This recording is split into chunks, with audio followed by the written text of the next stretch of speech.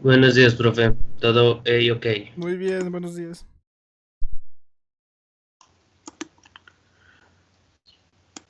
Pensé que los habían congelado en alguna otra clase o algo similar. Ya me estaba preocupando, dije, caray, No, de hecho, esto. sí, más o menos. ¿Sí? Estábamos en otra clase que parecía no tener fin. Como que a la maestra Juanita no le agradaba mucho la idea de Birmania. Bueno, no sé. Creo que podríamos debatir el asunto de Birmania, pero eso nos llevaría todavía más tiempo y nos quedaríamos congelados también aquí buscando la respuesta a Birmania, ¿no? Eh, pero bueno, en fin. Déjenme comenzar aquí la grabación porque luego se me olvida. Bueno, antes que nada espero que se encuentren bien, que no hayan sufrido algún tipo de hipotermia o algo similar.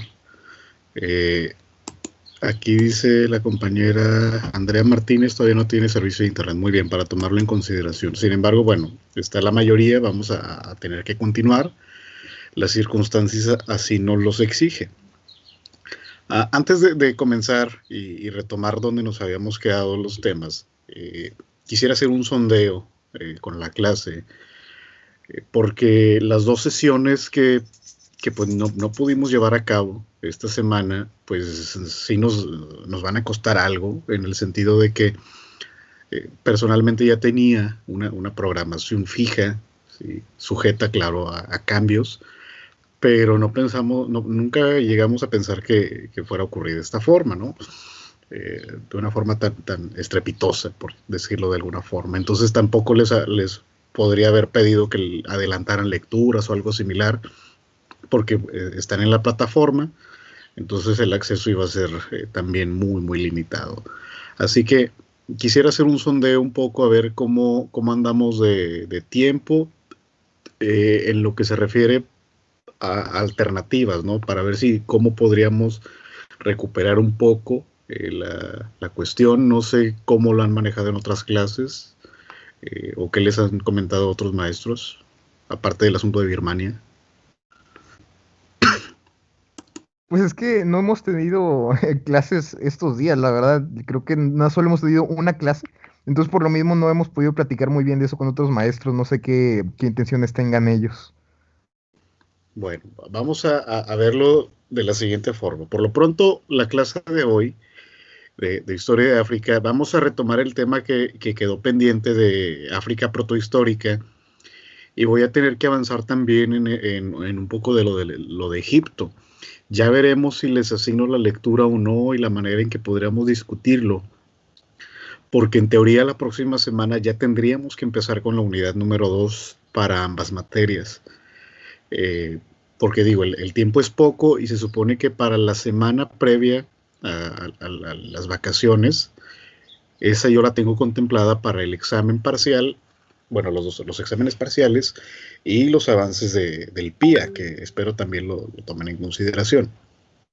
Entonces tenemos aquí dos alternativas, o aventarnos dos lecturas por clase la siguiente semana, es decir, nada más la semana próxima para ponernos al corriente y verlas en una sesión nada más, o no sé si quisieran o pudieran revisarla también en la tarde, es decir, agendar dos sesiones por la tarde en la siguiente semana.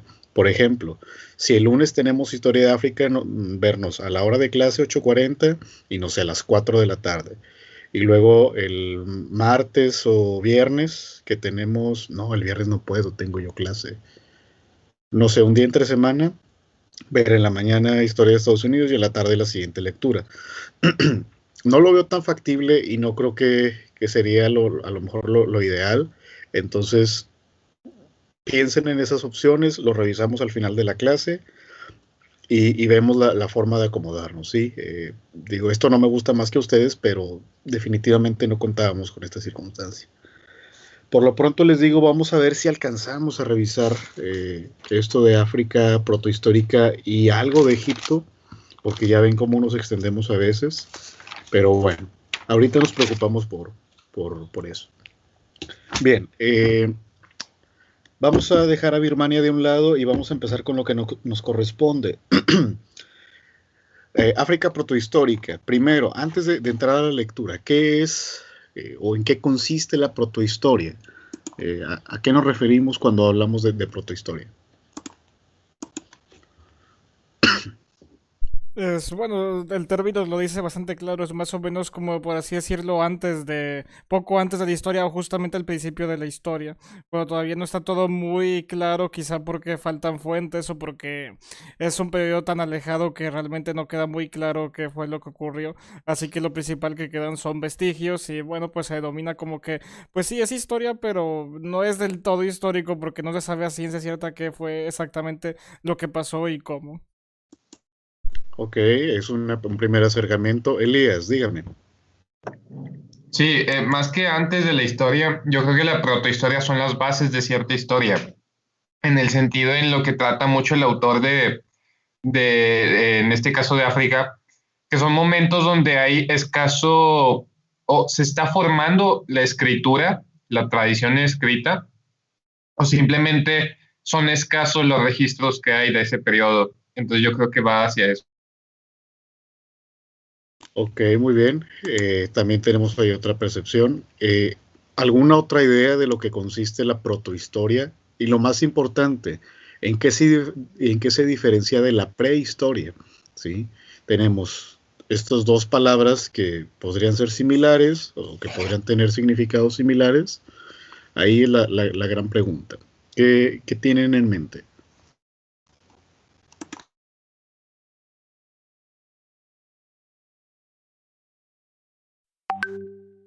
Yo diría que es un periodo que se basa, que sobre todo tiene de característica de basarse en lo oral, porque si hubiese cosas escritas, pues entonces se podría decir que ya hay una historia, porque ya se registraba.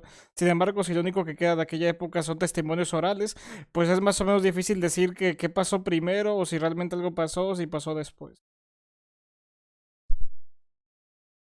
Muy bien. No sé si hay algo más que comentar. A ver, Miguel Ángel, lo escuchamos. De hecho, me parecía curioso, me recordó un poco cuando veíamos en la historia de América precolombina, en México prehispánico, como una de las primeras formas de hablar de por qué había gente en América fue remitirse a los relatos bíblicos y a una de las tribus perdidas de Abraham, creo. Entonces me pareció interesante que también de las fuentes que de verdad se utilizan para explicar qué pasa con los habitantes de África sea del Antiguo Testamento en el que se menciona a los etíopes. Sí, fueron las 12 tribus perdidas de Israel. Se supone que los 3 hijos de Noé fueron a poblar los continentes conocidos, Asia, África y Europa, y luego se sacaron de la manga estas 12 tribus de Israel para cruzar el continente, ¿no? Muy bien, ¿alguna otra idea de lo que pretende ser o de lo que podría ser la llamada protohistoria, que es una categoría que pues, a lo mejor no utilizamos mucho?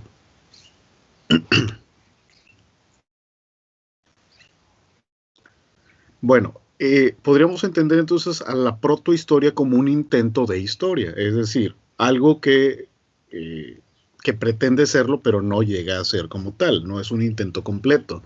Si buscamos otras definiciones u otras percepciones acerca de lo que es la protohistoria, nos vamos, a ver, dice, aunque no se visualiza una fase en específico para protohistoria, es como dice Miguel, la vemos más en el Antiguo Testamento. Puede ser. Digo, cada cultura va a tener una noción de la prehistoria y de la historia diferente. Pero las nociones más aceptadas acerca de la protohistoria es que es una fase de transición entre la prehistoria y la historia, ¿sí? Está bien, no hay problema con lo del micrófono. Entonces les decía que la protohistoria se supone que es una fase de transición en la que van a aparecer los primeros vestigios de escritura, ¿sí? de escritura fonética, la escritura arábiga y todo esto que ya sabemos, ¿sí? Entonces es una fase de transición, no llega a ser historia como tal, pues todavía no hay registro escrito, que se supone que es lo que marca la tradición, que la historia surge a partir de la escritura. Entonces vamos a entender eso, ¿sí? No necesariamente se refiere a una historia remota, sino más bien a una historia próxima a la antigüedad, ¿sí? Entonces tendríamos tres fases: la prehistoria, la protohistoria, que es una fase de transición, ¿sí? Y la historia como tal. Y luego mencionaban un caso, el caso americano, ¿no? El caso mesoamericano. También con estas categorías impuestas desde el extranjero, como fueron la de clásico, preclásico y posclásico. También tenemos clásico tardío, posclásico reciente, cosas similares, ¿no? Que nos ayudan a definir algunos periodos para poder dar explicación sobre diferentes procesos. Bueno, algo similar ocurre con la protohistoria. Es un intento de registrar lo acontecido, pero que no llega a ser, pero ahí están esos rastros. Entonces, muchos de los indicios ustedes ya los tenían, únicamente los estamos sintetizando aquí. Muy bien, ahora sí. ¿Qué nos habla Berthaud acerca de la protohistoria o del África protohistórica?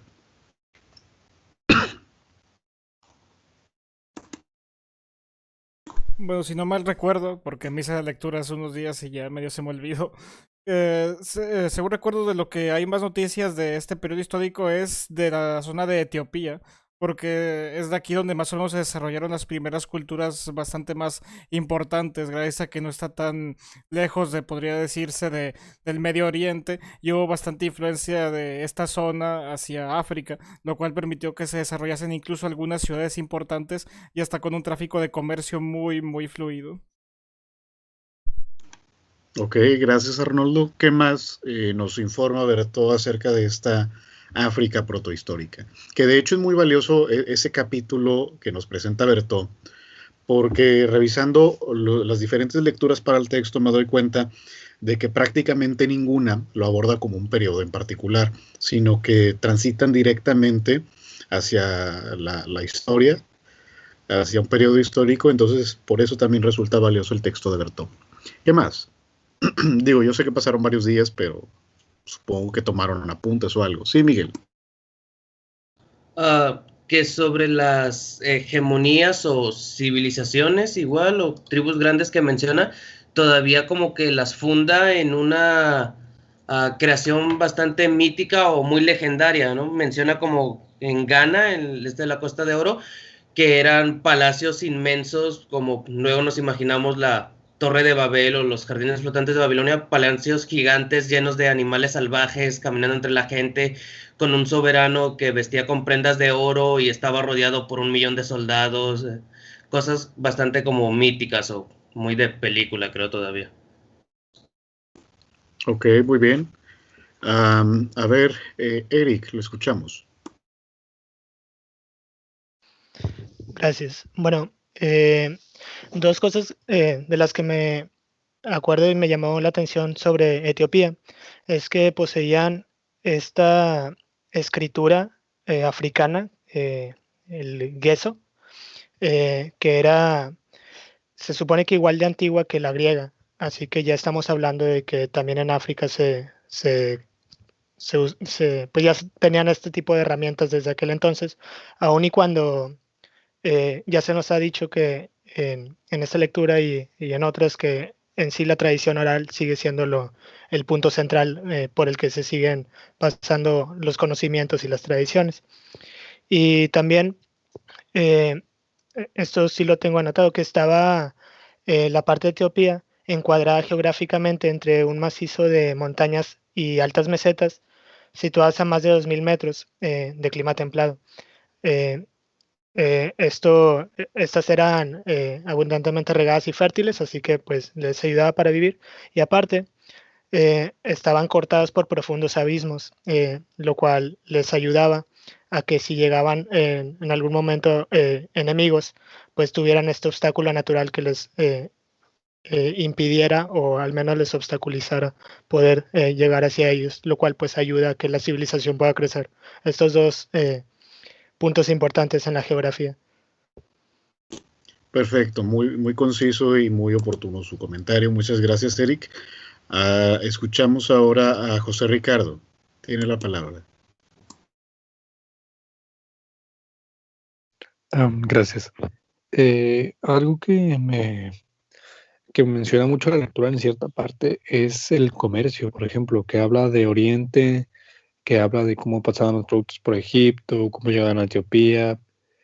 Y lo que me gusta de esto es que dejan claro que, o se puede reflexionar que África no es como que estuviese aislada del mundo o que nadie pudiese entrar ahí, que también formaba parte de ese mundo y que no solo era Egipto el que recibía todo, también bueno, pues en el caso de Etiopía o de la región de Etiopía estaba vigente o, digámoslo así, existía para los demás. También el hecho de las invasiones persas, de los asirios o sirios, que no me acuerdo cuál era el nombre del pueblo, pues sí me gusta porque ya no se piensa en África como en un continente que, ok, existió hasta que se colonizó y antes de eso nada. No, también era una parte importante del mundo porque estaba al lado del Imperio Romano, estaba al lado de Egipto, bueno, ahí está Egipto, y también porque el Oriente tenía comercio con ellos. Sí, yo creo que ese es el punto más importante de la reflexión que nos deja Bertó, que definitivamente, aunque son puntos anclados y muy específicos dentro del continente, ¿sí? Específicamente la zona norte y la costa oriental, ahorita vamos a ver un mapa más preciso, tenían un contacto con el mundo bastante importante, ¿sí? Cosa que desconocemos o que el mismo discurso eurocéntrico u occidentalizado nos ha negado, ¿sí? O no nos ha permitido ir más allá. Entonces, esto que comparte su compañero José Ricardo, uniendo todo lo que ya dijeron los demás, pues me parece el punto más importante, ¿no? Que existe civilización, lo que nosotros entendemos como civilización mucho antes de los europeos, y se trata de sociedades relativamente complejas. Por ejemplo, Eric mencionaba que tenían un propio sistema de escritura, por ejemplo. También mencionaban anteriormente estas redes de comercio, tanto internas como externas. Entonces, si se dan cuenta, esta fase protohistórica que ocurre más o menos entre el año 3000 antes de nuestra era y hasta, ¿qué les gusta? El siglo VII, que la llegada del Islam. Entonces vamos a ver que es un periodo bastante importante para estas regiones, ¿no? Y ahorita vamos a ver casos particulares, porque vamos a ver por qué unos sobreviven y, por ejemplo, Egipto empieza a decaer antes incluso del nacimiento de Cristo, ¿no? Muy bien, ¿qué más?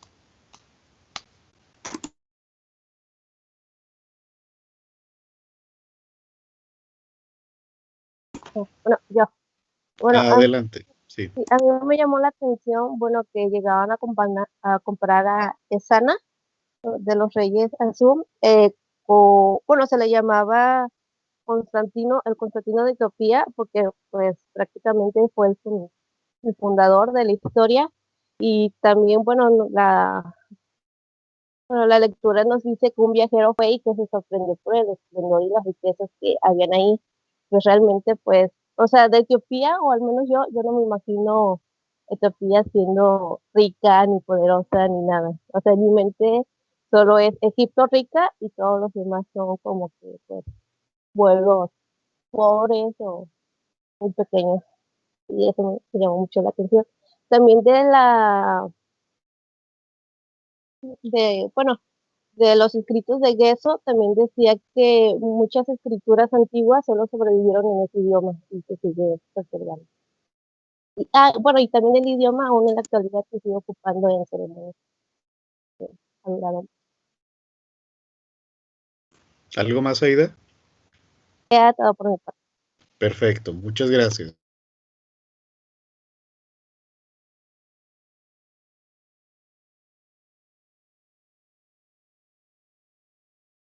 Maestro, está silenciado, si no se lo escucha.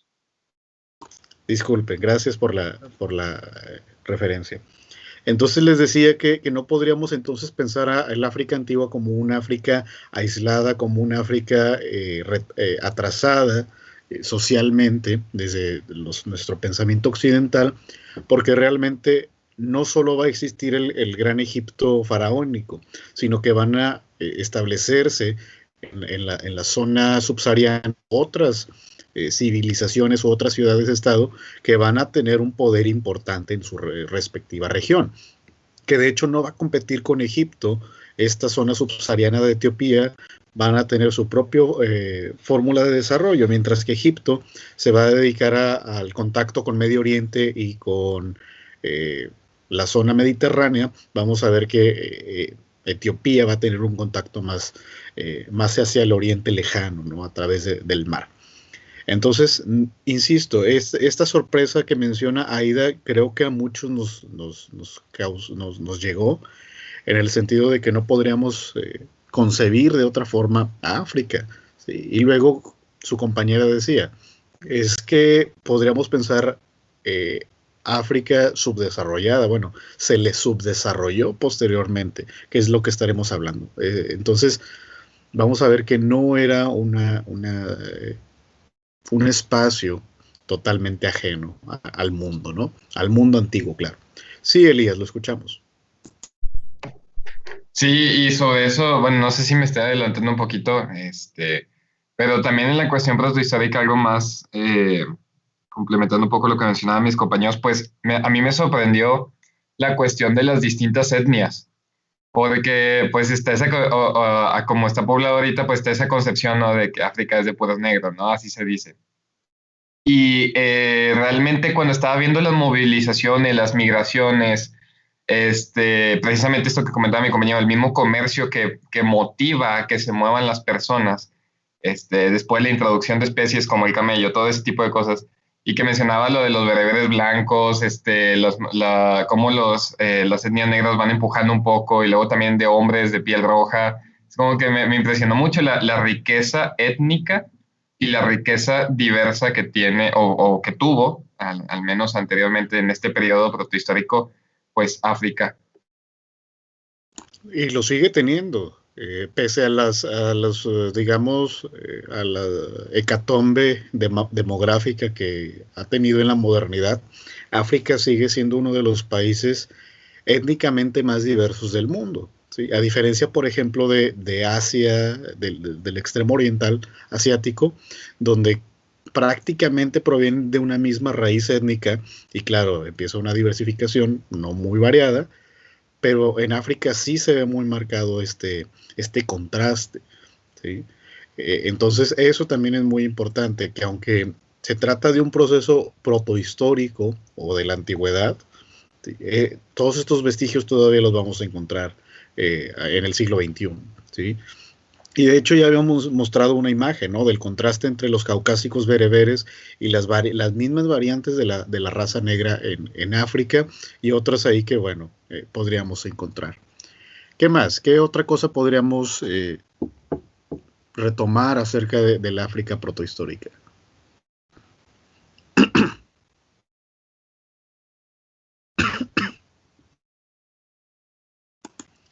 Déjenme mientras ir compartiendo la presentación que tengo por acá.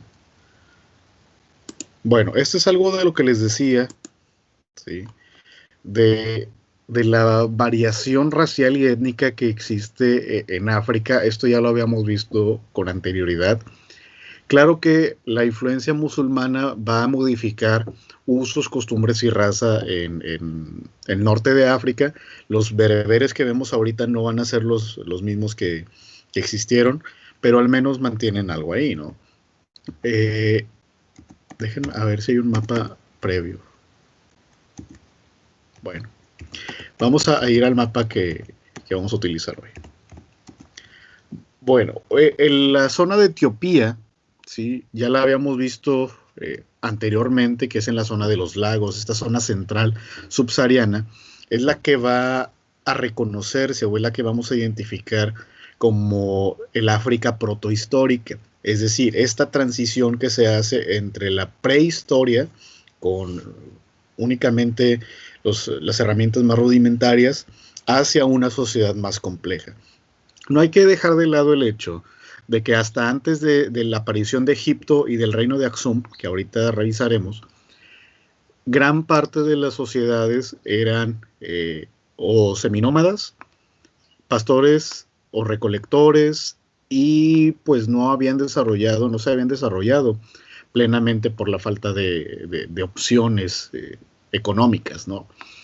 Entonces vamos a ver que el comercio va a resultar una fuente no inagotable, pero sí constante de riqueza para algunas zonas, específicamente, como vemos en el mapa, las más próximas a Arabia, a través del Mar Rojo y del Océano Índico, ¿sí? Y bueno, no va a ser la única sociedad que lo va a aprovechar. Tenemos este caso de Aksum, en la región de Etiopía, que es la zona subsahariana. Creo que ya estamos todos familiarizados con los términos subsahariana y esto. Y va a surgir una de las primeras ciudades-estado del continente. Va a surgir casi de forma paralela a Egipto, o por lo menos el asentamiento humano se va a desarrollar en esta región que vemos marcada en verde oscuro, ¿sí? Casi al mismo tiempo que Egipto. Entonces son dos procesos paralelos divididos por el desierto del Sahara. Esta región de Egipto va a ser muy próspera, y no solo durante este periodo protohistórico.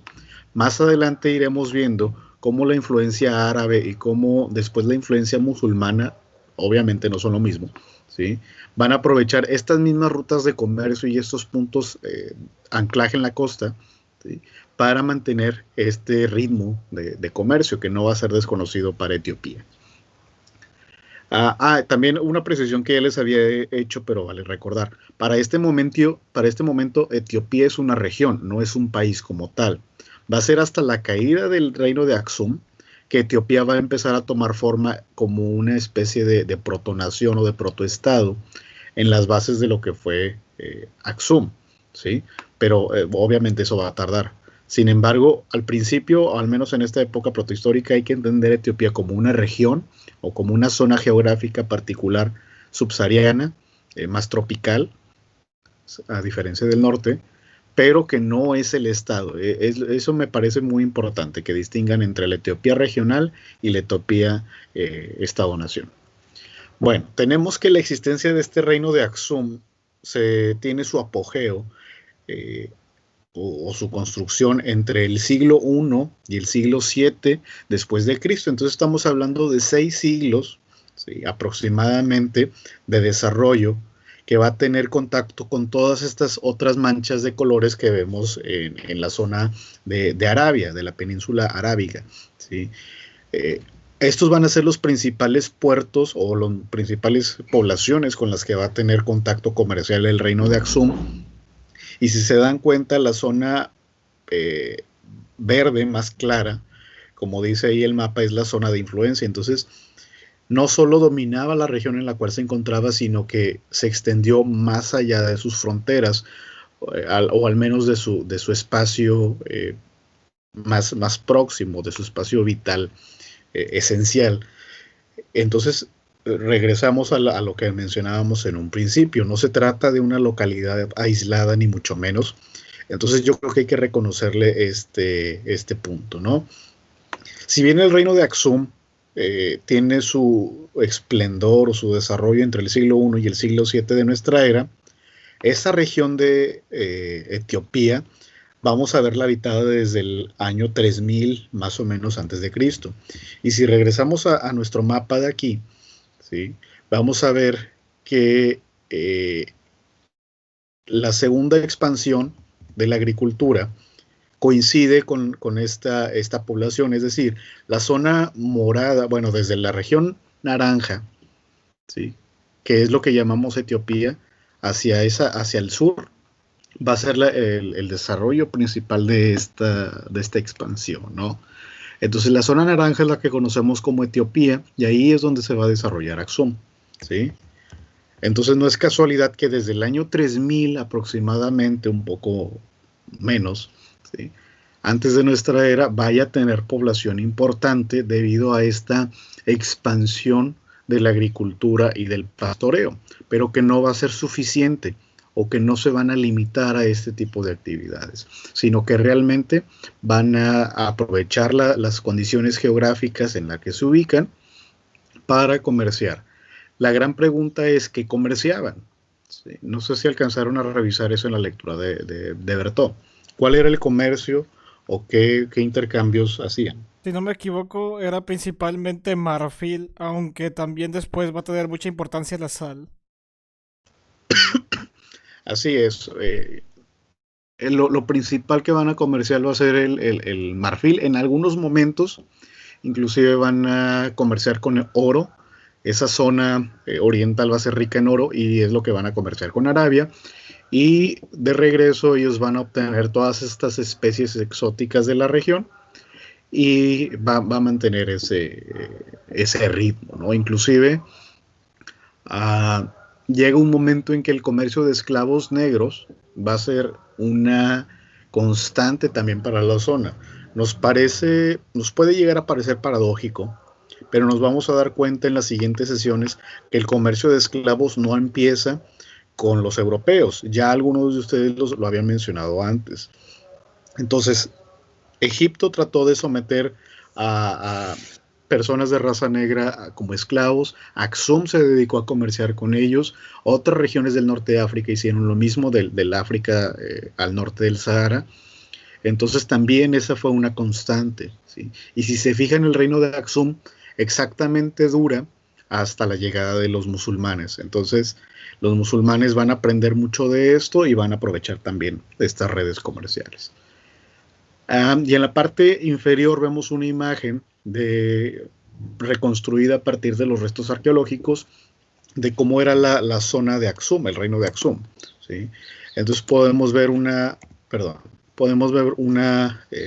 zona amurallada que pertenecía a la zona administrativa del reino, o donde habitaba el rey, y alrededor vemos lo podríamos conocer como comarca, o como le queramos llamar, donde habitaban las personas comunes y corrientes, que eran los que comerciaban, los marinos y todo esto, ¿no?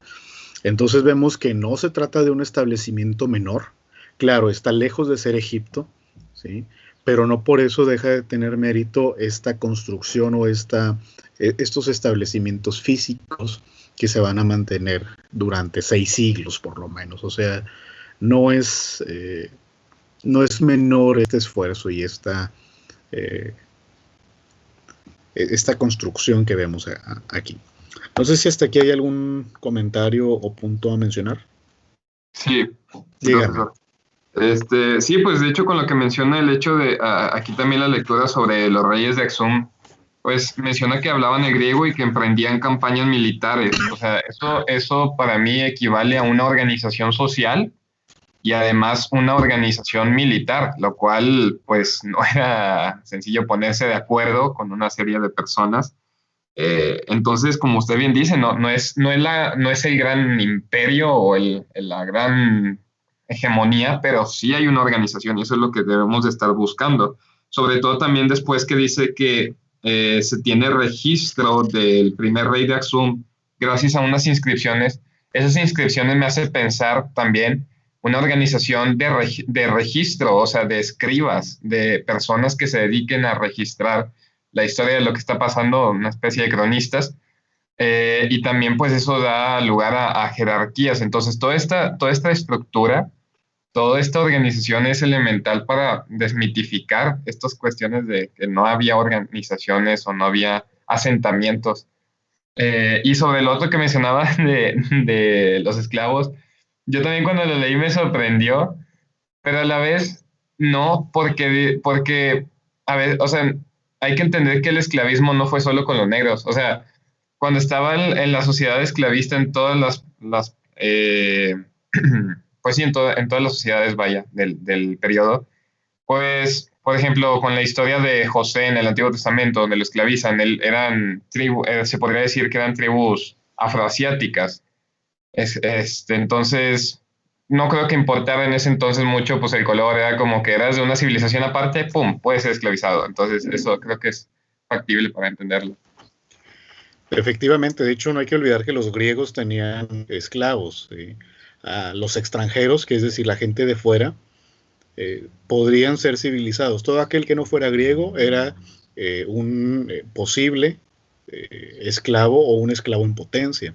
porque consideraban que era inferior desde un punto de vista de la civilización griega. Es decir, la civilización se medía, o la equivalencia se medía a partir de criterios griegos. Y claro que la experiencia esclavista no es nueva. Sin embargo, el punto que podríamos reflexionar es que es un proceso interno, ¿sí? Entonces vemos también la noción del otro, de la llamada otredad. No me agrada mucho el concepto, pero nos puede ayudar mucho a entender cómo se ven, cómo se asumen las personas de un espacio, en este caso de Axum, por ejemplo, o de Egipto, y cómo ven a los demás, aunque ocupen un espacio idéntico o el mismo espacio, ¿sí? Yo tengo civilización y tú no. Eso me ayuda, o eso me justifica para gobernar. Ojo, no estoy diciendo que eso tenga que ocurrir, no vayan a empezar a dominar a otras personas, por favor. Simplemente que sí buscan sus criterios de dominio a partir de esta pretendida superioridad material y compleja. Y sobre el primer aspecto que mencionabas, sobre la jerarquización y la organización social, es muy sorprendente. Bueno, es y no lo es, en el sentido de que no lo es porque estamos viendo las circunstancias, y lo es porque lo desconocemos. Pero bueno, ese es otro asunto semántico. El caso es que los escribanos, ¿sí? o esta noción de escribanos que tenemos de los españoles también va a ser muy antigua. Las personas que se dedicaban a copiar los libros, no en un sentido peyorativo, sino a hacer varias copias a mano y a registrar todos estos acontecimientos, tampoco son nuevos, ¿sí? O no son recientes. Los mexicas en Tenochtitlan tenían a su propio grupo de escribanos. Ahorita no me acuerdo el nombre, si alguien se acuerda me dice por favor. Y era una categoría exclusiva para la escritura, para reconocer todos estos actos heroicos y míticos, ¿sí? Y luego también vamos a ver a los egipcios, que van a desarrollar a su propia clase de escribanos, y Axum también lo va a tener. Y de hecho, un poco de lo que mencionaba Erika acerca de la escritura y de esta forma de escritura primigenia, ¿sí? Que van a tener la región de Etiopía. No es lo mismo, obviamente, que Egipto, es muy, muy diferente, pero vemos cómo son rastros y cómo es una especie de escritura, ¿cómo se le llama? Cuneiforme, ¿sí? Cuneiforme, es decir, tallada con surcos, a partir de surcos, que tiene mucho de la influencia de Mesopotamia y de esta región de Arabia. Entonces nos habla de una sociedad compleja que iba a la guerra en algunos casos, ¿sí? Obviamente por razones económicas, ¿sí? Más que de otro tipo, y nos habla de esta situación, ¿sí? Bueno, ¿qué más? ¿Alguna otra pregunta? ¿Comentario? A ver, déjenme ver porque aquí dejaron algo en el chat. Ok, ¿qué más? Sí, lo escuchamos, Miguel. Ay, perdón, se me acaba de caer mi libreta con mis apuntes. Bueno, justo de esto que hablábamos de Etiopía, como le había mencionado hace rato, profe, todavía se basan mucho como en fundaciones de leyendas. Aquí hablaba la lectura de que el primer rey Menelik supuestamente era hijo de la reina Saba, que en un viaje a Israel lo había concebido en una visita al rey Salomón. Aquí lo mencionaba en el Antiguo Testamento. Después también mencionaba que el origen etimológico de la palabra etíope quería decir cara quemada. Bien. Que es en realidad el único país o provincia africana hasta la actualidad que sí tiene una tradición histórica escrita en la misma lengua, es el gueso que mencionaba Eric, que hubo mucha penetración judía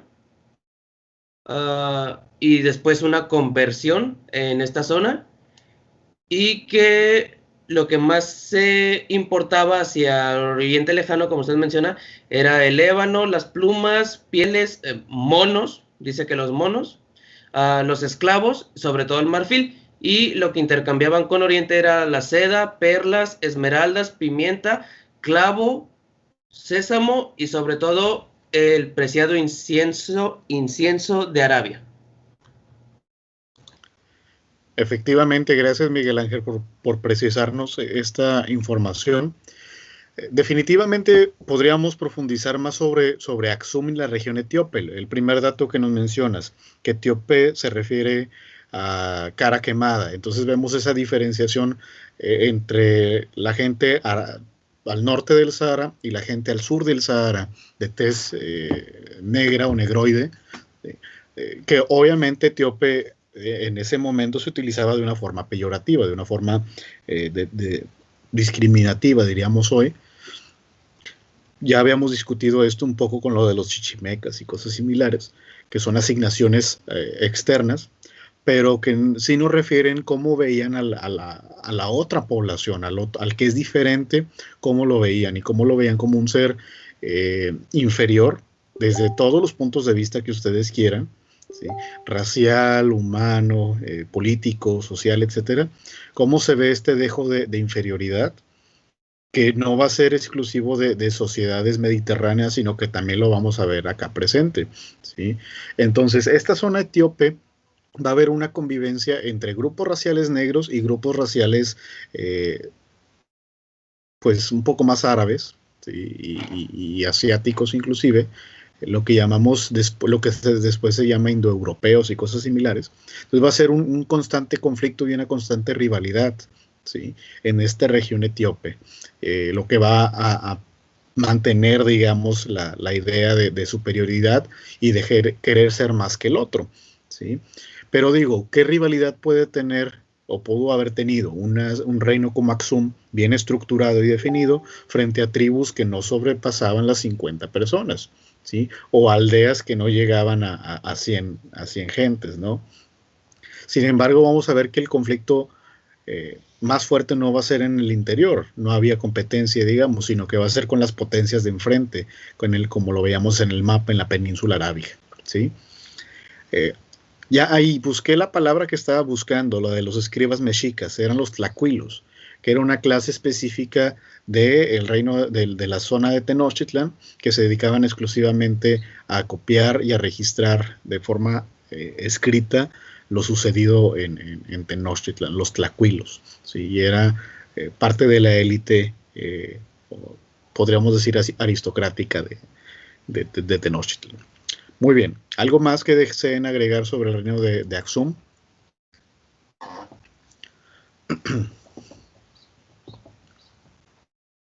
Bien, entonces podemos tomar este ejemplo, este caso específico, como esta transición hacia una sociedad, hacia sociedades más complejas y totalmente civilizadas en toda la extensión de la palabra, es decir, con un sistema de escritura fonético, ¿sí? Con una organización y jerarquía social, incluso con una religión de Estado, con un sistema militar y que iba a la guerra. Y Aksum aparece como este primer gran estado subsahariano, ¿sí?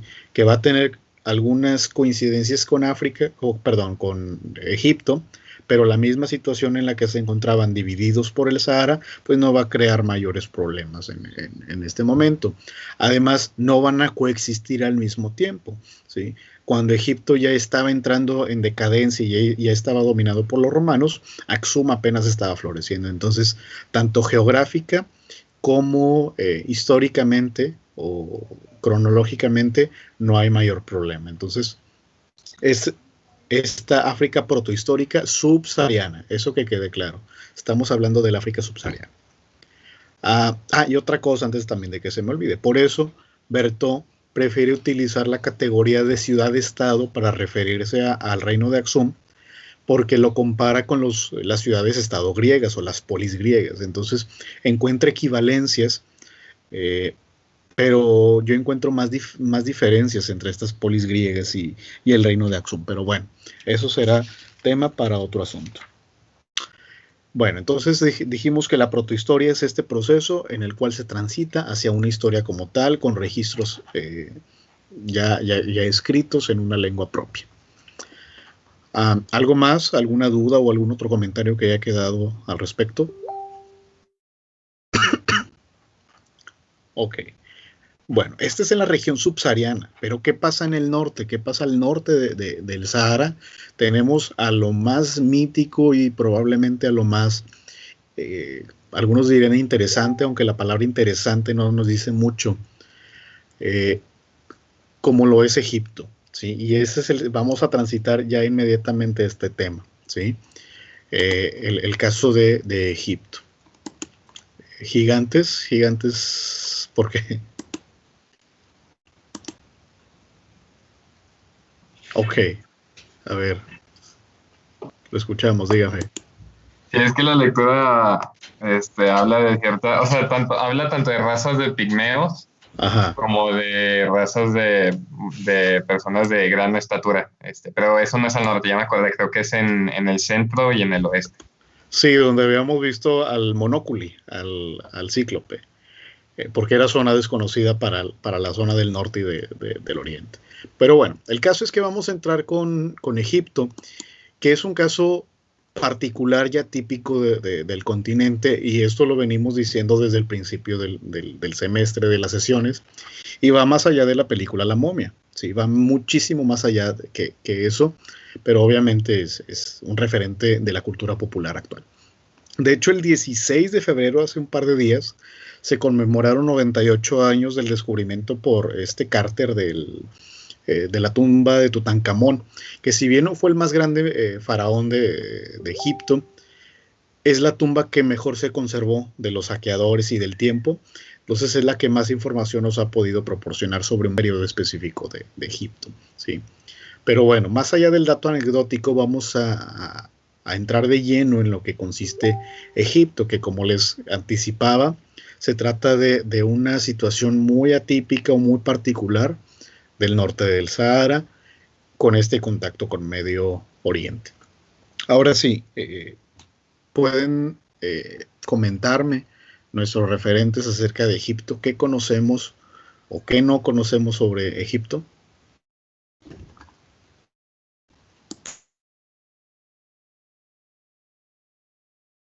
Una de las cosas que se podría decir que no se conocen mucho sobre Egipto es de dónde vinieron exactamente sus pobladores, porque es que hay bastantes hipótesis y por lo que yo recuerdo de otras lecturas y de otros semestres, más o menos se entiende que estos pobladores podrían haber venido desde el Sahara, antes de que este se desertificara tanto, como desde el Medio Oriente, y quizás hasta una combinación de ambos, si no es que gente también de otras zonas cercanas. Muy bien, entonces el origen de la población es algo que todavía no se han propuesto teorías, pero no se ha definido con determinación. Sí, Miguel. Sí, es algo que todavía a mí me causa mucho ruido, e incluso con que ya tuvimos civilizaciones antiguas, tampoco lo pudimos acabar de esclarecer bien, porque ahorita la imagen actual, más bien, se confunde la civilización egipcia con los habitantes actuales de Egipto. Cuando los imaginamos o los vemos en las representaciones populares de cine o cualquier medio de entretenimiento, los ponen como árabes, que no, son los pobladores actuales. Yo hasta donde yo tenía entendido, era como decía Arnoldo, un pueblo que venía de el Sahara, un poco más del centro de África antes de que se desertificara, que eran como de piel roja, como de nativos, como si fueran nativos americanos, y a veces el cabello, en el caso de algunos, era pelirrojo también. Era lo que yo tenía entendido. Ok, muy bien. ¿Qué otro referente tenemos cuando hablamos de Egipto? ¿Qué sabemos sobre este caso específico? ¿Las pirámides las hicieron ellos o fueron los aliens? Bueno, pregúntale a History Channel, tal vez ellos nos puedan dar más referencias. Bueno, un apunte personal ahora que menciona la compañera ese tema tan controvertido, que digo, nosotros como historiadores en potencia, pues debemos de tener mucha suspicacia, obviamente, ¿sí? Pero esta idea de los aliens, que digo, no lo estoy negando ni nada, pues demerita mucho el esfuerzo humano o la inventiva humana, ¿sí? Al rato van a decir que la locomotora también fue invento de los aliens, ¿sí? Porque entonces nos está negando la inventiva del ser humano y la inteligencia. Pero bueno, clásico que se dice de que cualquier cosa que no haya hecho el hombre blanco lo hicieron los extraterrestres. Sí, caray, pero bueno, ese es un tema que no vamos a discutir, ya que el ambiente académico no lo permite, únicamente era mi percepción personal. Pero sí, ahí hay que hacer una expedición a History Channel.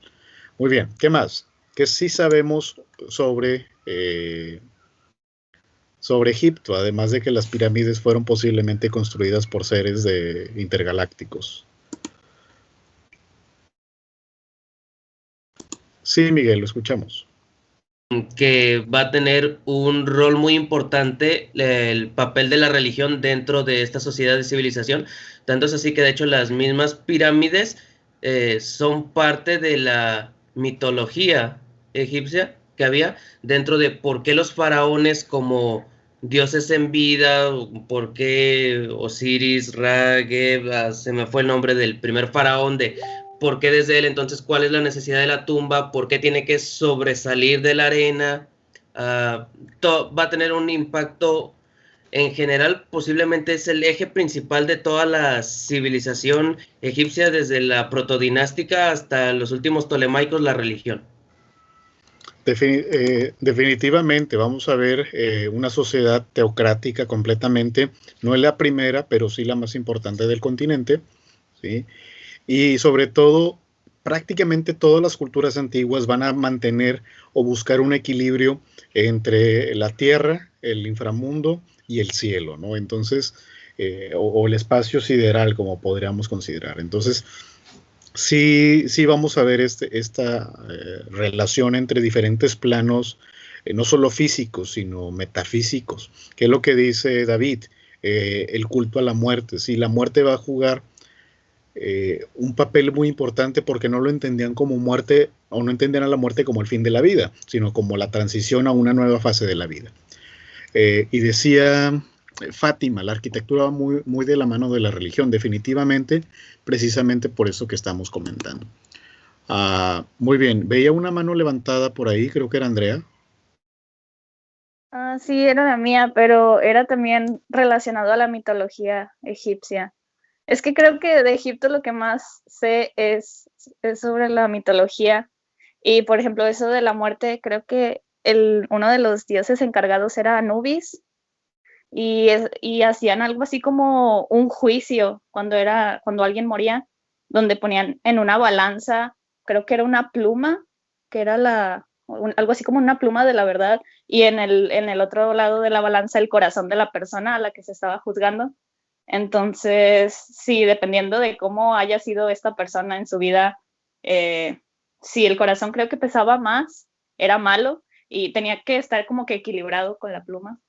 Entonces, de eso era, y sí, creo que ya, era mi observación. Sí, era la pluma de la pureza, para ver la pureza de la persona, sí. Del inframundo y todas estas situaciones. En fin, obviamente no vamos a agotar el tema de Egipto. Hay carreras completas que tratan sobre Egipto, carreras profesionales que lo tratan. Entonces no es el caso. Únicamente lo vamos a abordar en el sentido de que forma parte del continente y hay que ver cómo se diferencia y cuál es su desarrollo a muy grandes rasgos respecto a otros, a lo que ya revisamos, ¿no? A estas localidades aldeanas y nómadas. Es únicamente, ¿no? ¿Qué pasa en el Egipto africano? ¿Qué pasa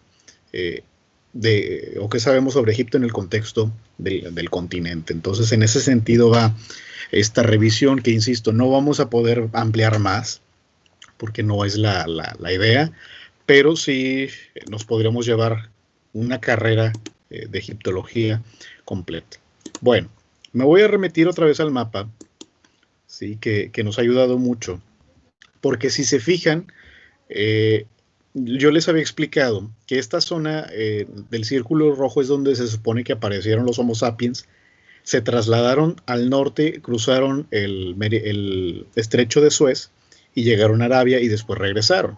Se establecieron en esa zona, ¿sí? Y luego la primera expansión de agricultores y pastores, les decía que fue siguiendo el Nilo hacia el Mediterráneo.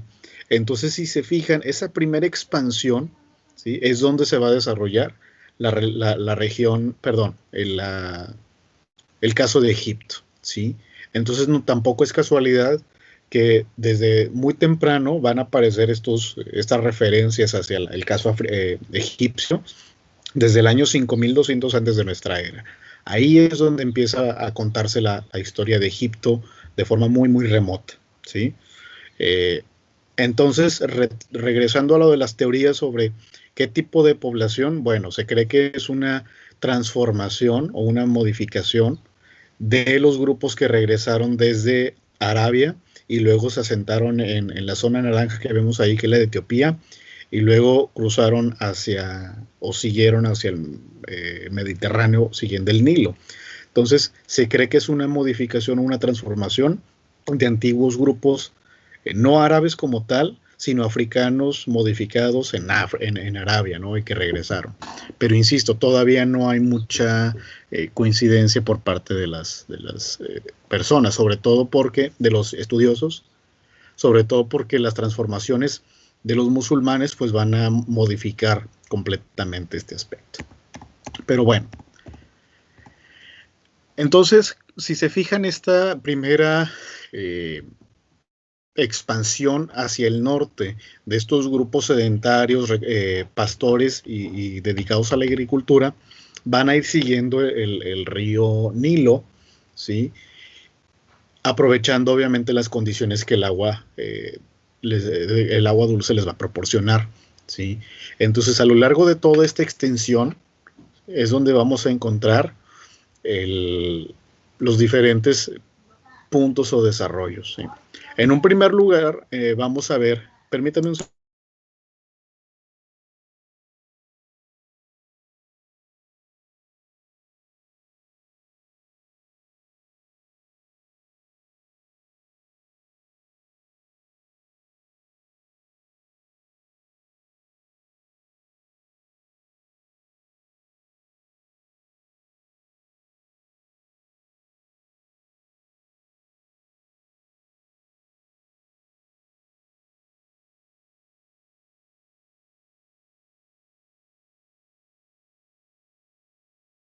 Disculpe, regresamos a donde nos quedamos.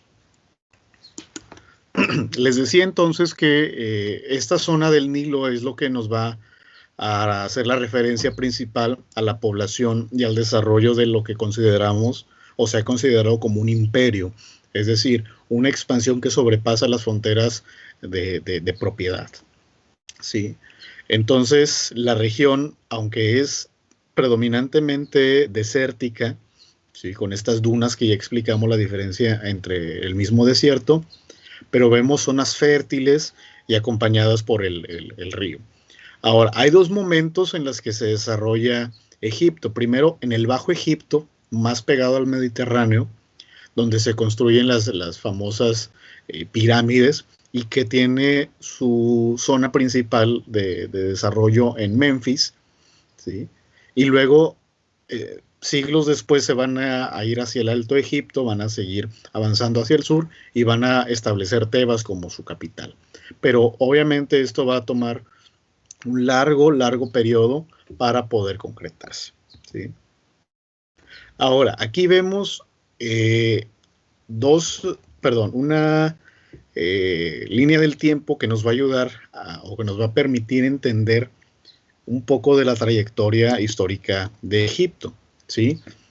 Entonces vemos el año 4000 antes de Cristo, la edad del bronce, es decir, estos pueblos de la primera expansión que ocurrió hacia el 5500, 5200 antes de Cristo, van a desarrollar a grado tal su sociedad que les va a permitir trasladarse hacia una edad de bronce, ¿sí? Entonces, ahí es donde empieza la complejidad o donde empieza a complejizarse un poco la sociedad, ¿sí? Obviamente todavía no pensemos en este gran imperio egipcio. Luego tenemos un punto hacia el año 3400 donde aparece los documentos escritos, entonces se transita de la protohistoria de la Edad de Bronce, que ya discutimos ese concepto, hacia el concepto de la escritura y de la historia. Ahora aquí les pregunto, ¿en qué forma cambia o transforma la escritura ¿sí?, a las sociedades desde el punto de vista histórico, ¿sí?, cómo las transforma históricamente, que es lo que ocurrió aquí con Egipto.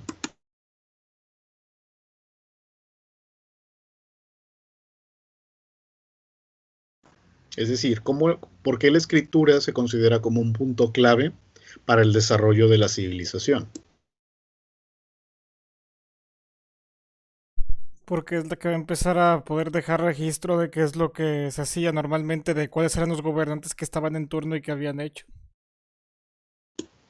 Ok, como una especie de memoria, un registro de memoria, pero algo más allá de eso, que tiene más un valor simbólico que un valor de tipo político. No era el hecho de que al poder dejar escrito algo, le daban un valor como que más oficial, por así decirlo, pues sí, a las ideas que normalmente se le decía, por ejemplo, un gobernante a su pueblo. Exactamente, es el registro definitivo de las normas y del comportamiento social, ¿sí? Recuerden que, por ejemplo, si nos regresamos a Mesopotamia, ¿sí?, ¿qué va a ser lo primero que van a escribir esta sociedad? Van a ser las leyes, ¿sí? Ahorita se me van el nombre, pero bueno, ahorita me acuerdo también. El caso es que es el inicio del control de la sociedad, ¿sí?, a través de los registros públicos y del poder legal, ¿sí? Por eso también la abogacía va a ser una de las profesiones más desarrolladas a lo largo del mundo en diferentes periodos. No para defender a las personas, sino para generar y estandarizar el registro del comportamiento a través de los escritos, ¿no? Entonces, por eso, el caso de Egipto va a ser exactamente igual, ¿sí? Con la aparición de la escritura ya puedes tener una organización gubernamental, un registro político y también un control de la ciudadanía a través de las leyes, ¿sí? Entonces, por eso es tan importante, más allá del registro de la memoria colectiva, ¿sí?, que es lo que a nosotros nos interesa, hay que verlo desde un punto de vista sociopolítico. En este caso es el control de la sociedad a través de las leyes, ¿sí? O sea, es decir, que nadie te diga, no, pues ¿cómo te voy a obedecer si es algo que tú dijiste? No, es algo que dicen las leyes. Y en teoría las leyes están por encima de cualquier otra persona, ¿sí? Entonces, obviamente estas leyes no van a aplicarse para el faraón, pero sí para el resto de la sociedad y de la población. También estas leyes van a perdurar cuando uno de los faraones deje de existir, ¿sí? Entonces eso permite estabilidad y continuidad más allá de la vida de un líder político, ¿sí? Entonces por eso la escritura aparece como un punto clave en cualquier sociedad, ¿sí?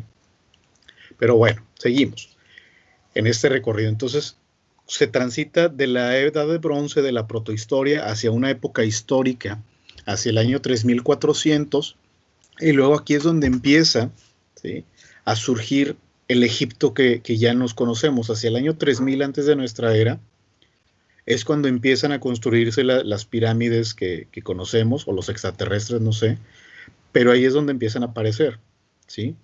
Entonces, entre el año 3000 y el año 2200 antes de Cristo es lo que se considera como Imperio Antiguo. Obviamente, dentro del Imperio Antiguo se va a subdividir en diferentes periodos, ¿sí?, que no vamos a revisar ahorita, no tiene caso.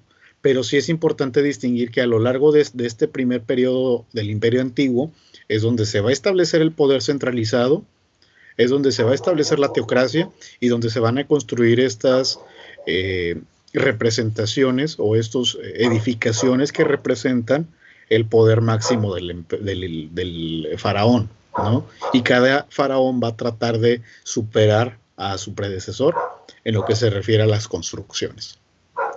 Sin embargo, esas construcciones no fueron gratuitas o no fueron hechas por arte de magia.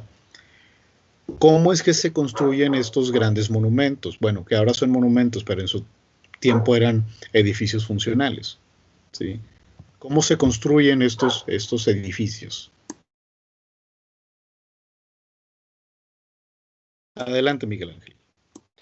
Bueno, por lo general tenemos la concepción de que fue por medio de esclavos, pero los que estuvimos en historia de las religiones, más o menos habíamos llegado como un consenso entendido de que era más bien algo que hacían los ciudadanos a partir de un sentido de pertenencia y un aprecio de verdad de que el faraón era una deidad en existencia, así que más por obligación entendimos que los ciudadanos lo hacían por eso, por un sentido de pertenencia, porque sentían como que era una obligación suya como ciudadanos, aunque no existía como tal como un país, como habitantes de la región, como seguidores de la religión, a hacerlo por los poderes de las deidades y faraones. Así es, por convicción, digamos, por convicción al Dios transformado en hombre que reside y gobierna la tierra. Suena parecido a otros relatos, ¿no? Pero bueno, ¿qué más? ¿Qué otra cosa sabemos sobre las pirámides desde el punto de vista social, no desde el punto de vista arquitectónico o simbólico?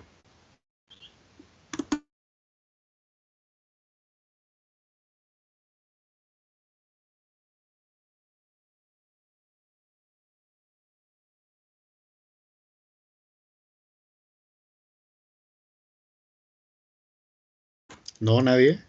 Bueno, por más convicción que tuvieran estas personas sobre su faraón y sobre la religión, obviamente la población establecida en Egipto no iba a ser suficiente, ¿sí?, para construir en la vida de un faraón, ¿sí?, estos grandes edificios. Es decir, vamos a suponer que el alcalde de aquí de Monterrey se le ocurra construir la máxima torre de edificios y de departamentos de América Latina, que cada año salen con algo similar, ¿no? Una cosa así, que la torre más alta de América Latina está en San Pedro. Sí, está bien, ok. Puede repetir la pregunta. ¿Qué factores o por qué o cómo se desarrolló la construcción de estas pirámides? ¿Sí? Es la pregunta, Elías.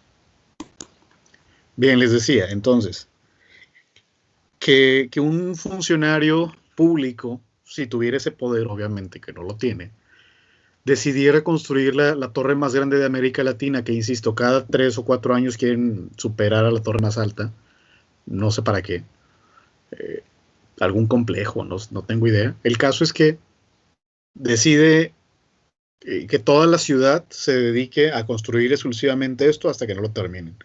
Pero los esfuerzos son mínimos porque hay gente que se dedica a otras cosas y hay poca gente disponible. Entonces el alcalde, vamos a decir que es del PRI, porque de hecho lo es, ¿sí?, y decide ir contra San Nicolás. Lo siento por los que viven ahí en San Nicolás, que es del PAN. Entonces dice, vamos a obligar a los del PAN, que son mis rivales, a que trabajen para nosotros, ¿sí? Y luego se va a Santa Catarina, ¿sí?, que también son del PAN. Y luego se van a García, que son independientes, etcétera. Entonces, si se dan cuenta, se trata de un proceso de expansión y de dominación.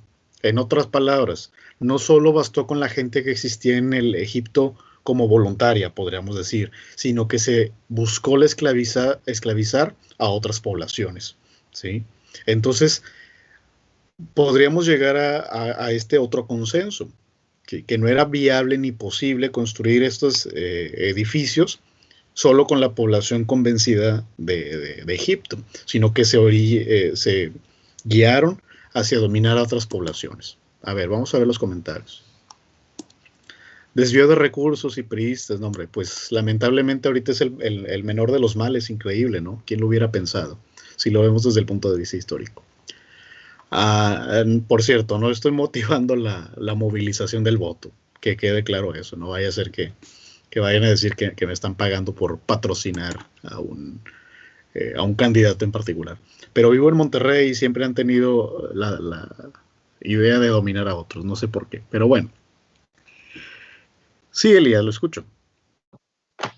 Sí, sobre eso, pues, sí se entiende la incógnita sobre esto, porque sobre lo que menciona, pues a mí me queda la pregunta, ¿no? ¿Cómo puedes permanecer o bueno, cómo puedes mantener esa dominación porque necesitas una gran cantidad de personas.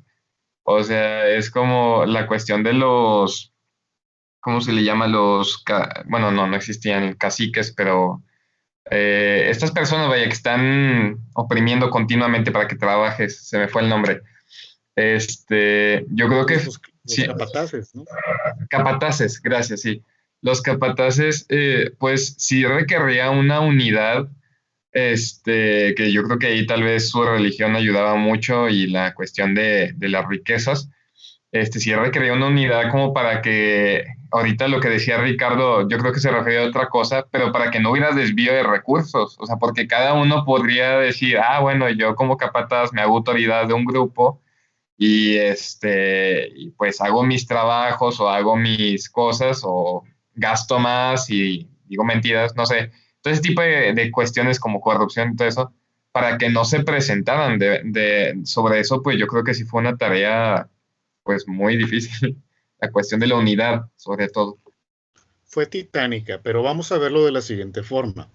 Me parece que los líderes egipcios fueron muy inteligentes en el sentido, desde un punto de vista maquiavélico, en el sentido de que jerarquizaron también su sociedad, que dijeron, los que son egipcios, que son parte de nuestra población, van a constituir las dos más grandes o las dos clases más importantes de la sociedad, la religiosa o sacerdotal y la militar, ¿sí? Entonces la población nativa es la que va a nutrir a estos dos grandes grupos que van a ser los más prestigiosos del Egipto antiguo, ¿sí? La sacerdotal y la militar. Entonces, tú como egipcio de la antigüedad ya te sientes con ese deber, con ese privilegio que te está proporcionando el faraón, es decir, el dios en la tierra, ¿sí? Entonces, le debes servicio, le debes lealtad y es donde aparece esta estructura jerarquizada. Entonces, ¿quiénes van a hacer el trabajo duro? Pues precisamente los externos, los no civilizados. Entonces, desde el punto de vista político y desde el punto de vista estructural, ¿sí? Vamos a ver que le vas a dar a tus más próximos el poder, ¿sí? ¿El poder de qué? De los recursos económicos para la construcción, ¿sí? Vas a cobrar altos impuestos y vas a tener mano de obra gratuita o relativamente gratuita, ¿sí? A través de la esclavitud, ¿sí? Entonces, desde ese punto de vista, los líderes egipcios fueron muy inteligentes, supieron aprovechar la condición en la cual se encontraban y decir, bueno, tú egipcio, ahora tú tienes el deber conmigo porque te estoy cediendo el poder religioso o el poder militar. Y el poder militar es el que se encargó de no solo formar estas filas de esclavos, ¿sí? Sino de mantenerlas bajo control. Por eso es que el presupuesto egipcio se va a ir sobre dos esferas. Uno, que va a ser la construcción de estos edificios, y dos, el mantenimiento de estas dos clases tan importantes como era la militar y la sacerdotal, ¿sí? Entonces el compromiso y el deber es lo que va a permitir la supervivencia de los egipcios, ¿sí? Y entonces ya vas a buscar a otros que hagan el trabajo duro, insisto, casi gratuito, porque no les vas a pagar a los esclavos, pero necesitas recursos para mantenerlos con vida, ¿sí? Con agua y comida. De hecho, vemos el caso de Akenatón, una excepción a esta unidad. Nada más se atrevió a tocar el politeísmo y se le vinieron encima y sobre su hijo Tutankamón. Definitivamente. Entonces, es que esta idea de la deidad en los faraones no solo era una cuestión religiosa, ¿sí? Era una cuestión política, ¿sí? Muy, muy importante. Y ya lo habíamos hablado con los reyes europeos también, ¿sí? Que las guerras no eran por religión, era por ver quién iba a tener el control, si el papa o el emperador. ¿Sí? Y algo similar acá ocurre. La diferencia es que los dos poderes están en una sola persona, que es el faraón, ¿sí? Entonces, ahí es donde encontramos esta particularidad. Entonces, si empezamos a reflexionar más allá de lo mítico y más allá del plano religioso, nos vamos a encontrar con que toda sociedad, ¿sí?, que controle en una sola persona o en una sola institución el poder político y el poder religioso, tiene más posibilidades de sobrevivir, ¿sí? O de sobrevivir en la manera que mejor le parezca. Por eso no es fortuito que Enrique VIII haya creado su propia iglesia y el mismo rey controlaba lo político y lo religioso.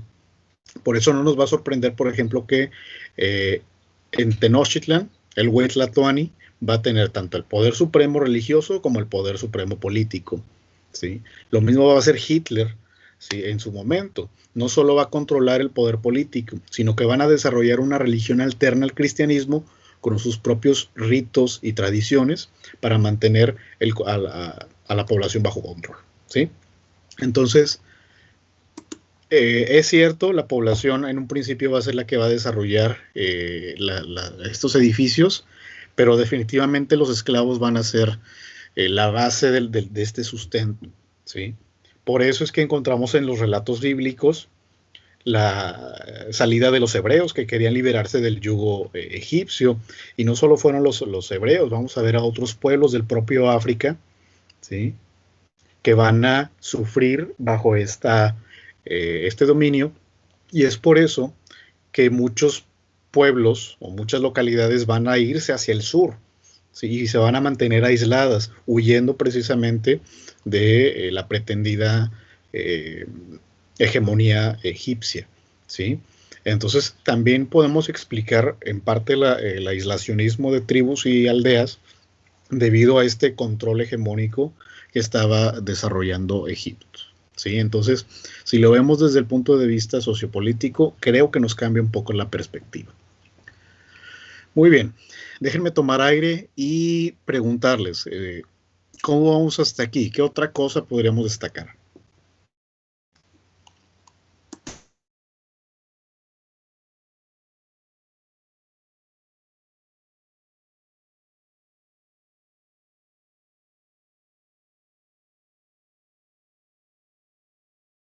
Bueno, creo que eso es una muy buena forma de, o sea, con lo de Egipto es un muy buen ejemplo de cómo la religión y el gobierno van a ser cosas que van a estar muy de la mano en todas las culturas africanas, por lo que ya hemos visto en otras lecturas donde se mencionaba que en las tribus tanto el rol de la religión como el del gobierno van muy de la mano y son a la vez muy importantes para toda la tribu.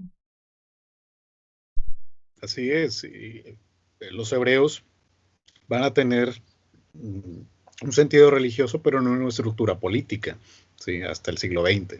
Por eso también les va a ser difícil la unidad, ¿sí? Esperando al Mesías, no constituyen una sociedad fija con una estructura bien definida, sino que se van a quedar en el plano religioso, y eso les va a costar mucho durante varios siglos. ¿Qué más? Sobre Egipto.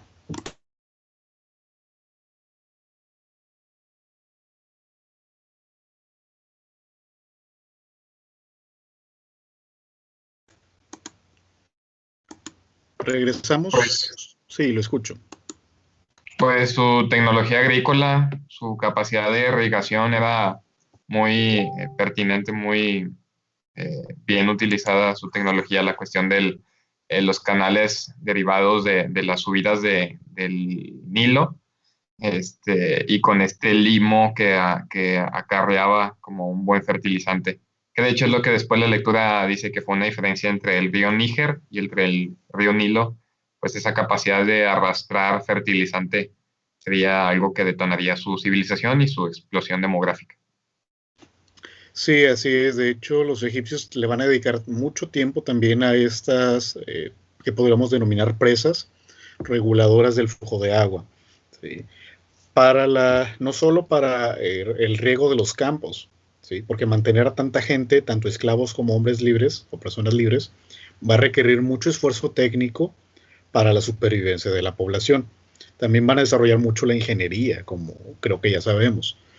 Eso, y también aprovechar la fuerza hidráulica para, no para levantar estas grandes piedras, que era casi siempre a mano, a través de varias máquinas, sino para la producción para el procesamiento del trigo y del sorgo, sobre todo del sorgo. Entonces también el esfuerzo técnico para mantener a la población. ¿Qué otra cosa? Bueno, les iba a comentar sobre la imagen antes de que se me olvide. Entonces, sí, definitivamente el año 3000 podríamos marcar lo que empieza la trayectoria del Egipto que ya conocemos, que el Egipto del que tenemos noción, con estas grandes pirámides, y vamos a ver que se extiende hasta tiempos relativamente recientes. Obviamente no va a ser todo igual, va a tener sus altas y sus bajas, sobre todo ya antes de la conquista romana ya habían llegado la influencia helénica desde Grecia, ¿sí? Unos 2 siglos antes aproximadamente de la conquista romana, y luego Roma va a convertir a Egipto en una provincia. Entonces ya para ese momento, para antes del nacimiento de Cristo, vamos a ver que el esplendor de Egipto ya se había esfumado, ¿no? Sin embargo, entre el año 3000 y el año 1200, 1500, esos 1500 años, ¿sí?, va a ser el periodo del Egipto que tenemos nosotros referencia en el imaginario colectivo, ¿sí? Ahora, aquí estamos viendo a Egipto desde un punto de vista relativamente aislado. Por eso es importante consultar las lecturas. Y antes de cerrar, quisiera regresar con eso.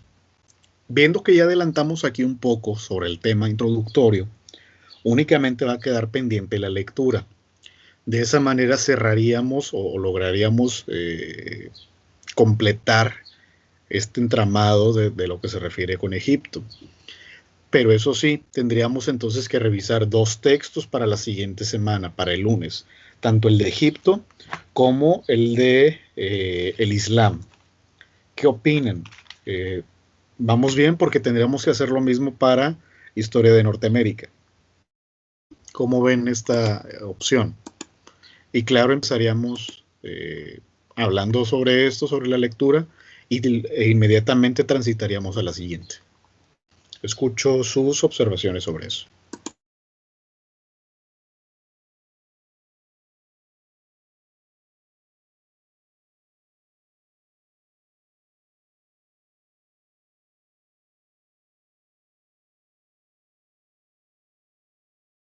Pues estuvimos ahí platicando un poco por nuestro grupo de WhatsApp y al parecer pues, varios están ahí de acuerdo en que se haga así. La otra opción que comentábamos de tener 2 clases, bueno, parece que algunos pues no podrían, como bien usted lo comentaba, es un poco más incidentado planear todo eso. Pero sí, lo de las lecturas al parecer algunas personas pues, han planteado que sí están de acuerdo, ¿no? Ok. ¿Alguien tiene algún inconveniente o tiene una propuesta que nos quiera presentar? ¿Alternativa?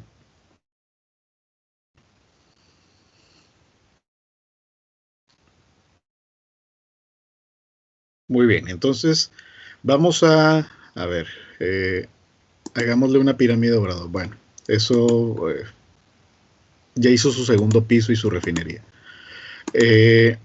Vamos a ver, yo creo que para la siguiente sesión, que es para el próximo lunes, vamos a revisar la lectura que quedó pendiente o que correspondería para Egipto, ¿sí? Ya les expliqué el proceso histórico por el cual surge Egipto, pero lo que nos interesa ahora saber es cómo entenderlo desde el punto de vista histórico en el contexto africano, ¿sí? Por eso, para ese tema, que es con la que vamos a iniciar el lunes y cerrar ya con la unidad 1, les voy a escribir aquí el texto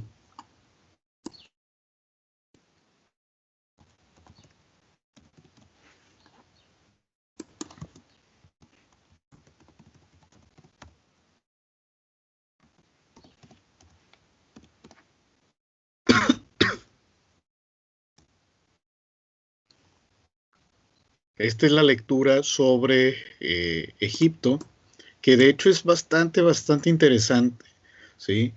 Que nos ayuda a entender un poco sobre el concepto sobre la situación egipcia en el contexto africano, y nos vamos a dar cuenta de muchas cosas. Vamos a entender a África desde otro punto de vista y al propio continente. El texto se llama, a ver, déjenme regreso acá. Ese es el nombre de la autora y el texto se llama Aproximaciones al Antiguo Egipto. Ahí ya está cargado en la plataforma, en la sección de material. Entonces es muy, muy interesante. Son autores españoles que se dedican principalmente a la egiptología. Entonces, no son improvisados ni mucho menos. Se trata de una lectura muy, muy, muy interesante y que les va a dar otra perspectiva. Claro, este es solo una parte de uno de los capítulos. Vienen más. Entonces, si a alguien más le interesa ampliar sobre eso, pues ahí está perfecto. Bueno, eso es de lo que corresponde a lo de Egipto. Y para iniciar la unidad 2, vamos a regresar a John Ilfe con las páginas, que es la de Historia de un Continente, de las 59 a las 75. Digo, tampoco son muchas páginas para las dos lecturas, pero eso sí les va a tomar tiempo. Entonces, la próxima semana, el lunes, cerramos con lo de Egipto y cerramos la unidad 1 y empezaríamos la unidad número 2. ¿Sí? ¿Preguntas hasta aquí?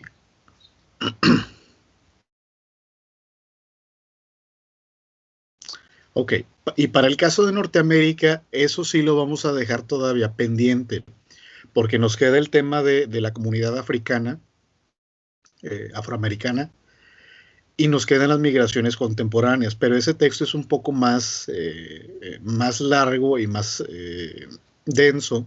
Entonces, ese sí creo que lo dejaremos pendiente por ahora, porque sí les va a tomar un poco más de tiempo revisarlo, pero es muy, muy interesante. ¿Sí? La lectura del blues, 10 de 10, sí, sabía que les iba a gustar. Las lecturas están cargadas en Teams, sí, en la sección de archivos hay 2 carpetas. La que dice material de clase, ahí vienen todos los textos que vamos a usar a lo largo del semestre. ¿Sí? Bueno, ¿alguna pregunta o comentario de cierre?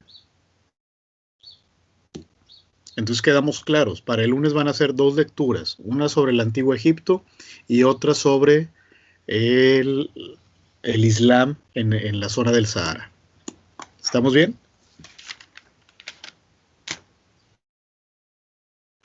Sí, profe. Sí, sí, todo claro, maestro. Lo he entendido. Muy bien. Todo bien, maestro. Excelente. Entonces, no se les olvide, por favor, que mañana tenemos la clase de Historia de Norteamérica y esta lectura sobre la comunidad afroamericana. Muy bien. No se les olvide registrar su asistencia en el chat y que la pasen muy bien. Cuídense. Nos vemos, profesor. Buen día.